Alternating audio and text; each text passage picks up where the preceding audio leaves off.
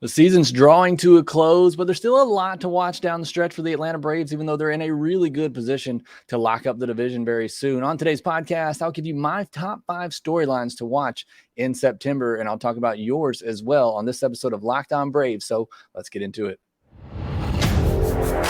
You are Locked On Braves, your daily Atlanta Braves podcast.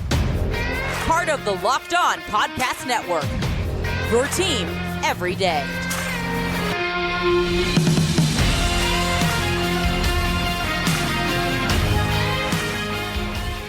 Hey, and welcome back to Locked On Braves, part of Locked On Sports Atlanta, where we cover your favorite Atlanta sports teams each and every day. I am your host, Jacob Mastriani. You can follow me on Twitter at ShortstopBall. Also, check out my written work over at BravesToday.com. Make sure you follow the podcast on Twitter at LockedOn_Braves. Send in any questions, comments, or feedback that you have for the podcast. Always make sure that you subscribe on YouTube if you haven't already. Trying to get to 7,000 subscribers by the postseason. We just got up over 6,800, so excited about that. To do that, also make sure you hit that like button as it helps share the episode with others out there. So appreciate you doing that. You've been amazing. We've hit almost 200 likes on a lot of episodes here lately. Just truly incredible support that you give me here on the podcast. Thanks so much for making us your first listen of each and every day. Shout out to Callan's Creations, Marty Newell, Wit Dog, and RJ, who let me know on the last podcast that they are everydayers. Thank you so much for that and your continued support of the podcast. If you're an everydayer, let me know down in the comment section on YouTube. Today's episode is brought to you by Sleeper. Swing for the fences on Sleeper picks, and you could win up to 100 times your money. Download the Sleeper app and use promo code LOCKEDON. You'll get up to a $100 match on your first deposit. Terms and conditions apply. See Sleeper's terms of use for details. Currently operational in over 30 states. Check out Sleeper today. On today's podcast, had the off day on Monday. It's our Taco Tuesday segment. So what I want to talk about today are the biggest storylines left this season. We got 1 month left in the regular season. Obviously, Braves fans are hoping we got 2 months left playing deep into October, but just 1 month left here. And it feels like a lot of things are almost wrapped up. Certainly in the division, obviously there's still the race for the top seed in the postseason, but most things look pretty wrapped up for the Braves, but there's still a lot to watch for down the stretch. And I think it's going to be a really exciting final month of September. And I think there's a lot of really good storylines. So I'm going to give you my top 5 storylines. And then in the second segment, I'm going to talk about your top storylines. I asked you on X, also I asked you on YouTube. You sent in those. A lot of them are the same as mine, but we'll go through those as well. What are you watching down the stretch with this Braves team? What are you most keeping your eye on? If you didn't respond to that and would like to, please do so in the comment section on YouTube, and I'll respond to those there. But let me know, what are you most anticipating watching down the stretch as the Braves gear up for the postseason, and a lot of records on the line as well. First things first, though, this one comes from Chip Hendricks, so I wanted to start off with this one because it's the obvious one. First thing you're watching for is to stay healthy, and that's obviously the biggest key for any team, any contending team. You want to be healthy going into the postseason. Braves fans saw last year how tough that can be. You can't really, do anything about sickness other than, wear a mask, whatever, stay isolated as you can, and try not to get sick. But you saw last year with the Braves having 2 of their guys in the rotation not fully healthy going into the postseason and how much that hurt them. There were other, things going on there for the reason the Braves lost that series. Offense had kind of cooled off. Phillies were playing great. We've been over that a lot. But biggest thing is, yes, stay healthy. How do you do that? Do you rest guys? Do you give guys days off here or there? Does that really matter or make a difference? We'll see how they handle that down the stretch. But yes, certainly the first and most obvious thing is to stay healthy. But beyond that, here are my top 5 storylines to watch the rest of the way. A lot of you agree with this one as well, so we'll have this one covered a couple of times. But the Acuna watch, whether it's a 40-40 season or quite possibly a 40-70 season, he's already put up a season we've never seen before. But to get to that 40-40 mark, and he's off to a good start in September with a couple home runs already, for me, I think that would pretty much clinch the MVP discussion if he were able to get to that mark. He's hit double-digit home runs in a month before, so he's certainly capable of it, but would love to see him get that And I just think, I think right now for me, other than watching my favorite team and the team that I cover, this is why I tune in to every game. I do not miss a Ronald Acuna Jr. bat. If I got to go do something, take care of the kids, whatever it may be, I pause it because I do not want to miss a Ronald Acuna Jr. bat right now. That's how exciting it is. What it reminds me of, and some of you may remember this, it's that 1998 season. And that's one of my favorite regular seasons, at least. I know things didn't end the way wanted to for the Braves that postseason, but the 1998 season is one of my more memorable seasons as a baseball fan because it was the home run chase season. It was McGwire and Sosa. You ran to the box scores every morning. I cut out newspaper clippings because they had the tracker in there as those two went for the home run record. Obviously, I was a little naive and oblivious to know about the steroids going on at that time, but still, it was such an exciting season for me because it was watching those guys every day. You had to know what they did every day. You had to watch every at bat that you could when they were up there as they were chasing that record. That's how I feel with Ronald right now. I feel like it's appointment television when he comes up. What is he going to do? Is he going to get a step closer to that milestone? So for me, that by far is the biggest thing that I'm watching down the stretch. Again, I'm not missing an Acuna at bat. Wins are great, and I hope the Braves continue to rack those up. But for me, what I'm watching for right now is Acuna. Can he get the home runs going? Can he get to 40-40? Can he get to the 40-70 rather? That's what I'm watching for right now. And it's just so exciting, the kind of chase that he's on at the moment to try to reach those milestones. Number 2 for me is how the rotation is handled down the stretch. Do we see guys get skipped? Are they given extra rest? Do they go to a 6-man rotation? How do they handle this starting rotation down the stretch and give guys days off, give guys reps? Do they give guys rest at all? I certainly think they will, and I think they should. Again, for me, the biggest thing going into the postseason is your rotation fresh and is it healthy? You can't win without those guys at the top being my biggest key coming into this season. And you can go back and listen to it before the season started. My biggest key was having a healthy Max Fried and Spencer Strider going into the postseason. Because if you got that, I think you have maybe the best 1-2 punch in all of baseball. Certainly if Max Fried pitches like he did the other day, and certainly if Spencer Strider pitches like he's capable in that dominant fashion, which typically plays up in the postseason. So that to me is my biggest key, keeping particularly those two guys healthy. And then what version of Charlie Morton are we getting? At this point, it doesn't matter to me. There's nothing, I don't think there's anything Charlie Morton can do from now till the end of the season to make me feel more comfortable about him in the postseason. He kind of is what he is at this point. He's capable of going out there and dominating a lineup for 6 or 7 innings. He's also capable of going out there, walking everybody and being out of there in 4 innings like he was the other day. My thing is, if that's the Charlie Morton version that we get, if we get the Charlie Morton version that just doesn't have the control that day, can he do what he did the other day and battle through 4+ innings and keep the team in the game? Give up 2-3 runs over those 4 or 5 innings where maybe he doesn't have his best control. Can he still battle through those outings and keep the team in the game? That more so for me is what I want to see from Charlie Morton. I mean, I'd love to see him go out there and just be the dominant Charlie Morton that he was. But again, I don't know there's anything at this point that Charlie Morton can do to make me feel any worse or better about him as your number 3 starter in the postseason. I still think he is a number 3 starter. Again, I think he's capable of going out there in a postseason start and just absolutely dominating a lineup. But we just have seen too much inconsistency from him for me to feel completely safe about that. There's also the possibility he goes out there and just doesn't have this control that day. So that's, one of the biggest things that I'm watching is how's the rotation handled down the stretch. They continue to kind of work guys into that final spot to give guys extra days of rest. Do they go to a 6-man rotation? My biggest thing is keeping those top 2 guys specifically and Strider and Fried healthy and rested for the postseason. Number 3 is somewhat similar. How effective can Kyle Wright be?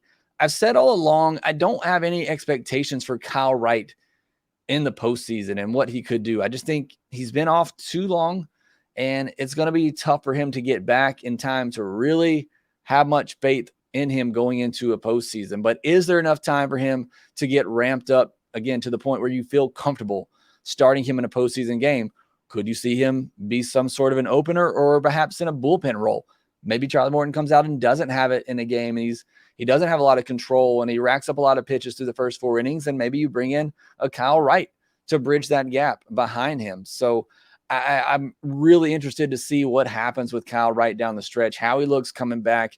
Can he get ramped up to the point where you just really feel good about him in the postseason rotation? Does he take over that 4 spot for Bryce Elder? So that's certainly something to watch. Number 4 for me is filling out the bullpen.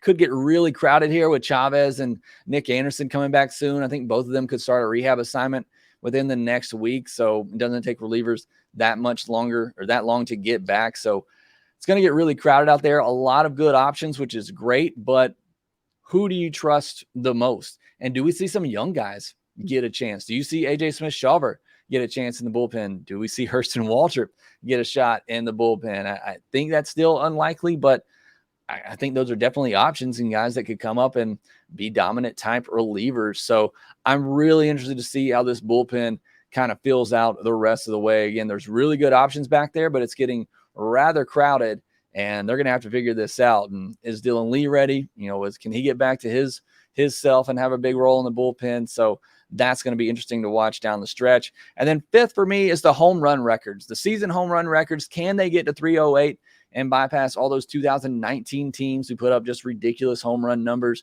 Can they do that? 26 games left. They're at 259 home runs. They need 1.8 home runs per game, so essentially 2 homers per game, which isn't that crazy for this Braves team. They hit 51 in May, 61 in June, 47 in July, and 53 home runs in August. So they're certainly capable of putting up that type of production. And Matt Olson as well, trying to break Andrew's Braves home run record of 51 home runs that he hit in 2005. He's at 44, which is tied with Ohtani for the most in baseball. Pete Alonso coming up as well. He's been on a home run barrage here lately. So a couple of home run records in there, but those are the top 5 things that I'm watching the most in September. Again, I think there's still a lot of good storylines as the Braves look to clinch the division and gear up for the postseason. Next, we'll take a look at some of your storylines. What are you most looking forward to watching in the month of September with this Braves team? We'll discuss that next. The MLB playoffs are around the corner, which means the clock is ticking on your chance to win 100 times your cash on daily fantasy baseball. Maybe your season-long fantasy league is over. Well, you can switch to Sleeper for daily fantasy baseball. Baseball has never been more exciting than it is now with studs like Acuna, Betts, Ohtani. Pick more or less on stats for these stars like home runs, hits, strikeouts, and more for up to a 100-time payout on Sleeper. Get your picks right, and you could win big. Sleeper is great for its social interaction, being able to easily chat with your group and friends in the app. I've been using it for season-long daily fantasy football, and I'm really excited. The app is so easy to use, and it does make it so easy to chat with the friends in your group. Use promo code LOCKEDON, and you'll get up to a $100 match on your first deposit. Terms and conditions apply. See Sleeper's terms of use for details. Rays will be back on Tuesday night, starting a series against the Cardinals at 7:20 p.m. Eastern. Catch every pitch of the Braves' hometown broadcast with SiriusXM on the SXM app. Search Braves. We will only have one more podcast this week as I'll be on vacation the last 2 days of this week, and then that should be it. And then we're ready to gear up for the postseason stretch here. So looking forward to that. Looking forward to a little vacation as well with the family after the week we had last week. So looking forward to that. All right, we're going to get into your top storylines. I asked you what you're looking forward to watching the most down the stretch here. So I want to get some of your comments in here as well. William the Worst says, 1 is Wright coming back. We talked about that and just the significance, what that could mean for this team. Acuna's final tally, what that looks like, where he finishes that. Again, is it 35-70? Did he get to 40-70? Is it 35-65? What is his final number going to be? And then William mentioned the home run record as well. Jackson09 or EDL says, the Braves are good. They're really good. So maybe Charlie's consistency. We talked about that as well. And EDL says, I'd take him any day in a World Series game. So maybe not too worried about that. And I would agree. Again, I said there's that inconsistency. You don't know what you're going to get from Charlie. It's really just all about his control, but the stuff is good enough to dominate a lineup. EDL also says, I guess defense is not going to magically improve this month, but you kind of get a team clicking on defense from time to time. So maybe that happens. see if Eddie can get anything going. I know he can be streaky. It's very, very streaky. He stays cold and has his hit streaks where most hit and have cold streaks. I'm still all about Kevin Pillar playing left field more, just saying. So we'll see what happens there with Eddie. Again, last time I tried to suggest Kevin Pillar needs more playing time, Eddie went off. So maybe we need to start that again, talking about Pillar.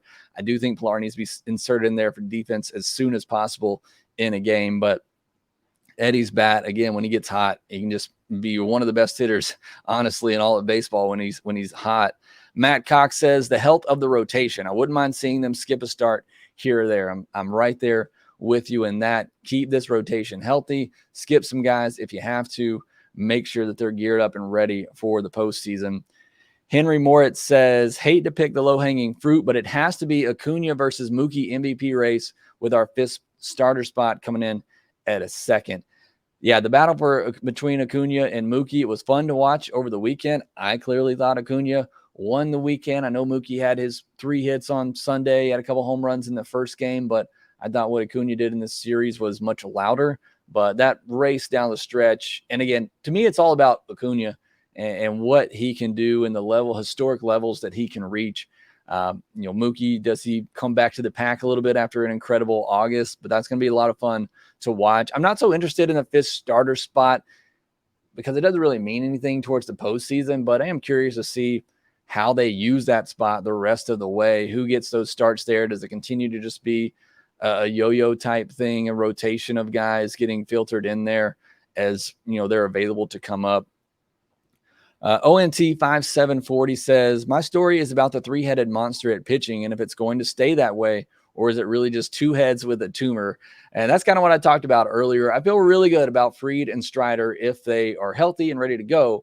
And Morton, I still feel good about, but it's just which Morton are you going to get? And the command of his pitches seems to come and go. He has some good stretches, and then he has some stretches where he can't find it. So hopefully maybe he goes through a little bad stretch now, and then he finds it for the postseason. But, yeah, that is certainly one to watch. How consistent, where is that command for Charlie Morton as we begin to get ready for the postseason? Bellfire says, number 1, the historic chase of Ronald Acuna Jr., 47, and Olsen, Atlanta home run mark. Number 2, who our pitching depth makes the postseason roster for back-end starting emergency long relief. We saw how important this was in 2021.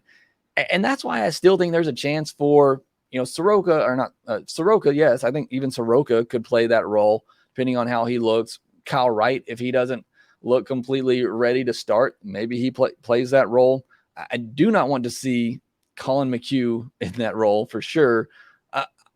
We'll talk about Tonkin in a second. I don't know that I want Tonkin in that role either. I think I'd almost rather see an AJ Smith-Shawver, a Michael Soroka, or a Kyle Wright kind of bridging that gap. Guys, at least in the case of Soroka and Wright, who have that experience. And then number 3 from Bellfire, does the team keep going all out or do we rest guys? I think that's a very important thing to watch down the stretch as well, is how they handle those guys and what does it actually mean? Does giving a guy a day or 2 here down the stretch, does that really make them more rested? I mean, you're going to have 4 days between the end of the regular season and the postseason. I think these guys are going to be rested. So does giving them a day in the middle of September, really help all that much? Or do you want them to continue to play, to continue to get that timing? It's a difficult decision. We talked about it before. I don't know that there's a right or wrong decision. I think it could be player specific, but getting, how that's handled down the stretch, rest versus rust. I think that's another one coming up here in a second as well. Cavs Buckeyes, 1 doesn't impact the ultimate goal of a World Series, but Ronald Acuna Jr.'s MVP race. An unlikely but not crazy chase of 47 is what I'm watching for every day.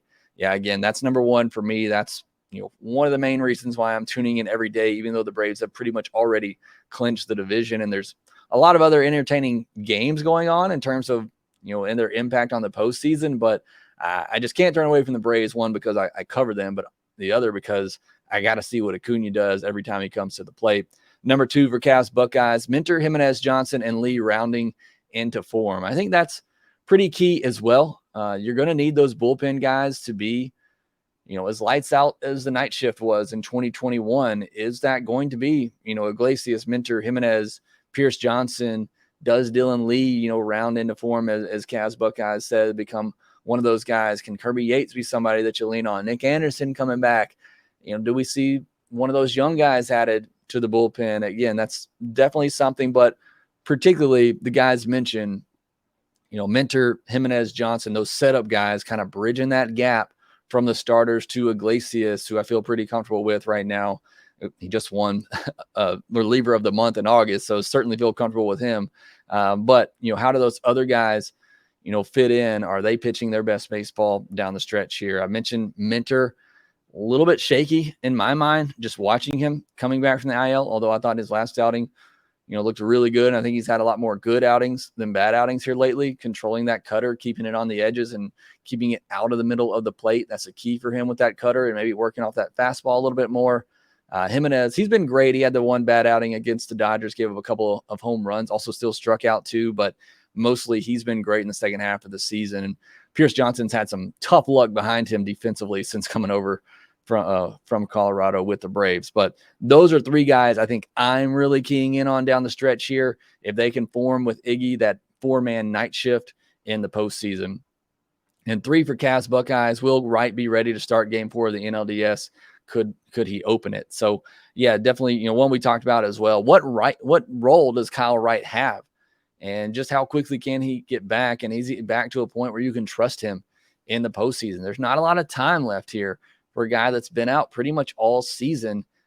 How much can you really count on him in the postseason right now? I think we're going to need to see a lot of improvement from Kyle Wright to see him get to that point. And I think he's still going to need at least 2 more rehab starts. And then maybe you get 2 or 3 regular season outings. Is that going to be enough? I don't know. That's a big question. And it's definitely a storyline worth watching. Corey Slovic, biggest storyline for me is the pitching staff, specifically who's still around at the end. If Lee looks good again, is Hand redundant? Do they bother with Chavez and Anderson at this point? Right in, out? My money is on McHugh being out. I agree with that. I think McHugh, I don't think he's anywhere near the postseason roster. Chavez and Anderson are kind of question marks for me at this point. Dylan Lee, again, I need to see him kind of get things going. He wasn't great at AAA. So want to see him. I do think it is Lee and Hand. Who do you trust the most right now from the left side? I don't know that you carry 3 lefties. Maybe you do, but I don't know if both of those guys make the postseason roster. So who do you feel more comfortable with? Brad Hand hasn't been particularly great against lefties since coming over, which is why you would go and get him and why you would put him on a postseason roster to get a tough lefty out in a big spot. So I think that's a very underrated storyline to watch down the stretch is Lee versus Hand. Who do you trust more? Do both of those guys make sense on a postseason roster? Could depend on the matchup and, and who you're facing and how many lefties they have. I think could depend on whether or not one or both of those guys make the postseason roster. Justin Porupski says clinching too early, essentially rest versus rust. Nothing you can do about it. Look, you clinch when you're going to clinch. You're not just going to lose games on purpose. I think that Philly series in the middle, kind of regardless, I think that'll be the last big postseason feel type of series, division rival, team that you may face in a couple of weeks in the postseason. So that'll be the last, real big postseason series feel for the Braves. And then honestly, it's going to be, how do you keep these guys focused and engaged until you get ready for the postseason? So again, what are you going to do? You're not just going to lose games on purpose so that you stay fresh for the postseason. So you just got to hope that you can find a way to keep these guys timing and locked and engaged as you gear up for the postseason. Ryan Brown says, who steps up and solidifies themselves as a playoff bullpen guys? Tonkin unlocked now. Chances Jesse Chavez, Nick Anderson come back. I'm playing Ryan Brown in fantasy football this week, so he's going down. Make sure you go check out those lineups. I posted those on X, so if you want to go check out the lineups for this week, but excited for that matchup against Ryan Brown. Who steps up in that bullpen? Certainly, again, another thing that we're watching. We talked about, those top 4 guys in the night shift version of this year. I think it's Iglesias, Minter, Jimenez, and then Johnson, maybe Yates. I think you kind of throw in there, but who locks it up at the back end? Tonkin had a great weekend. Is he going to be one of those guys? What does Chavez and Anderson look like coming back? We talked about Dylan Lee and Brad Hand. How do you feel like the rest of that bullpen? Do you get a long reliever in there like a Kyle Wright, maybe Michael Soroka, somebody like that. What does the back end of that bullpen look like? Because you're likely only going to need 4 starters, so you get an extra arm in there. It could be very important for guys to kind of bridge that gap. Starter goes out early with an injury. Let's hope that doesn't happen, but it happened to Charlie Morton in the World Series. So, again, those are some important roles as we look in the postseason or towards the postseason roster. EZK Patriots says bullpen. I know the numbers are decent, but it always seems on the verge of collapse. Bullpen doesn't inspire confidence. I get that. And look, I'm right there with you. I've said this before. I think you ask 30 fan bases how they feel about their bullpen, and probably 28 of them are going to say, I don't have a lot of confidence, because that's when bullpens are typically that's when they are going to blow saves. And those are the ones that you remember. And a lot of times it's shaky. It's hard to have a whip under 1 where you're basically not giving up any base runners an inning. Most pitchers are going to have a whip of 1 or more, which means you're giving up at least 1 base runner an inning, which puts pressure on you in those tight situations. My hope is that this offense is so good in the postseason that when these bullpen arms are coming in, it's a 4 or 5 run lead and it's not anything stressful. I still feel good about these guys, and I still think, again, a lot of teams would take this bullpen, but yeah, I'm not going to lie to you. I still feel a little bit uneasy sometimes when these guys come in, but I just think that's the nature of being a fan.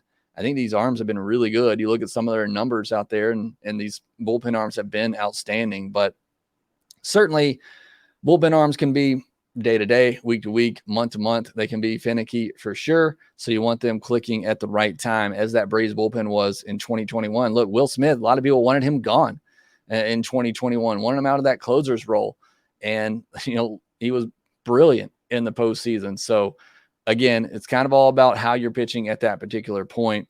Similar thing from GVUDM says bullpen pecking order. We talked about that a lot. I think that may be the most talked about storyline here in September, at least from the viewer's perspective or the listener's perspective, is bullpen. So clearly, I think that's something a lot of fans are worried about. And I think it's normal for a lot of fans to worry about that. I don't think anybody ever feels truly comfortable with their bullpen in a tight game, but I do think the Braves have a good bullpen. And like EZK said, the numbers all look good, but still, when that gate opens and you're taking out a Strider or a Fried, I'm going to feel a little less confident with whoever is coming in to that game. Like I said, hopefully at that point, the Braves offense has put up a big lead and it's not that much, not that big of a deal and not that stressful of a situation. But bullpen pecking order, how that plays out, who's your hot guys at that time, certainly something to watch for. One thing that none of us mentioned, myself included, is the win total. The Braves are on pace to break their single season win total of 106 games. So I don't want to hear anybody getting upset when the Braves lose a game here in September, because clearly none of you are concerned with that win total. But certainly another thing to watch out for is the Braves try to rack up those wins and clear their top mark of 106 wins, which came back in that 1998 season that I referenced earlier. All right, next we got some news and notes, including Michael Soroka returning. What does that mean? Why are they doing this now? We'll discuss all of that next.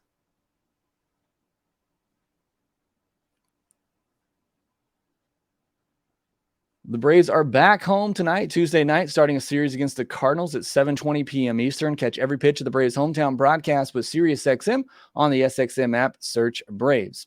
All right, so the move was made on Tuesday morning. Michael Soroka is being recalled to start Tuesday. Ben Heller was optioned. Also, Adrianza, in case you forgot about him, begins a rehab assignment with Rome. Can't imagine he's going to factor into anything much here down the stretch. But the big news is Soroka. And we've all talked about it. I think the Braves have clearly been keeping him down to manipulate his service time and gain another year of control. Otherwise, I don't know why he hasn't been given another opportunity here as of late, but they're calling him up now. The Braves can still send him down and gain that extra year and stop his service time clock. That's not an issue. What I have an issue with, and this is what I talked about, I think 2 weeks ago, when I talked about my frustration with the handling of the fifth starter spot. And this is just a fan perspective. I'm taking off my analytical podcaster hat. I'm putting on my fan hat right now. This is frustrating. What are you doing with Michael Soroka? Why do you keep messing with him like this? I'm sure he's going to start on Tuesday, and then you're going to send him back down. I just can't feel like this is good for his confidence, for his development as he tries to come back. I don't like the way that they've handled Soroka in particular this year. I know earlier in the year they were out of options. They had to bring up Soroka. It is what it is. I have not liked one bit the handling of Michael Soroka this season. We all kind of look towards that September 13 date is when they might bring him back. You'll have gained that extra year at that point. You can give him 2 or 3 starts at the end of the year to finish things out, see what you got. But now you bring him up. Again, they're probably going to start him on Tuesday, and then they're probably going to option him back down. And then you got to wait 15 days. And then do you call him up again? Does he get another start or two to end the season? I don't like this. Just personally, as a fan, I don't like this. I am excited to watch him pitch on Tuesday, but I just do not like the yo-yoing they have done in this 5th starter spot. And maybe it's strategic, and I'm sure they have their reasons for it. And hopefully they're going to do it somewhat down the stretch to help give these guys rest. But I don't like it particularly for Soroka. I want to see him get an elongated stretch. I want to see them give him the Yonny Chirinos treatment. My goodness, Yonny Chirinos was terrible, and they gave him 5 consecutive starts. Soroka hasn't gotten that. Winans hasn't gotten that. Vines hasn't gotten that. It's not just Soroka here. They've done it with these other pitchers as well, and I feel like that's not always great for their development. So that's me in my fan hat right now perspective. I'll take that off and get back into what we're going to watch on Tuesday night. And Soroka's been really good at Gwinnett here lately. A 2.77 ERA, a 0.88 whip, and 5 starts in August for Gwinnett. They've kind of been limiting his pitch count lately, so we'll see how far they let him go. I think, if he can get through 5 innings at 80, 85 pitches, maybe 90, I think is probably the most he would throw. Hasn't allowed more than 4 hits in any of those past 5 starts, 8 walks, and 34 strikeouts. So again, he's been really good lately here at Gwinnett, even though they have kind of limited his pitch count and his workload. So excited to see what he can do, knowing no matter what, he's probably going to get optioned the next day to add another arm. So, but I am excited to see Michael Soroka pitch. Obviously, there's a personal bias here. Love the guy. Want to see him get back to his glory days, but just really excited for him and really excited to watch him pitch on Tuesday. Braves will be going up against Miles Michaelis, 5.59 ERA in August, but he's gone at least 6 innings in 5 of 6 starts in August, so he's at least giving the Cardinals some length. Doesn't strike out a lot of batters, doesn't walk a lot of batters either. And for a sinker baller, just a 38.8% ground ball rate this year. That had been at 45% or higher in previous seasons, so that might be why he's gotten hit so hard this season as well. The Cardinals, having a tough year. When the Braves swept them back at the beginning of the season, that felt like a really big series sweep over what a lot of people thought would be a really good Cardinals team, but they are having one of their worst seasons that I can remember. And I think a lot of it's because of the pitching staff. Their offense has still been pretty solid, but that pitching staff has been really bad. So hopefully the Braves offense can put up some big numbers towards those records that we're watching for this year in this Cardinals series. But it'll be Soroka versus Michaelis starting at 7:20 p.m. Eastern on a Tuesday night. Catch every pitch of the Braves hometown broadcast with SiriusXM on the SXM app. Search Braves. That will do it for this episode of the Locked On Braves. Make sure you follow us on Twitter at @LockedOn_Braves. Follow me at ShortstopBall. Make sure you subscribe on YouTube. Hit that thumbs up button. If you're still there, thank you so much for listening. Make sure that you rate, review, and subscribe to the Locked On Braves podcast wherever you get your podcast. And we will talk to you next time.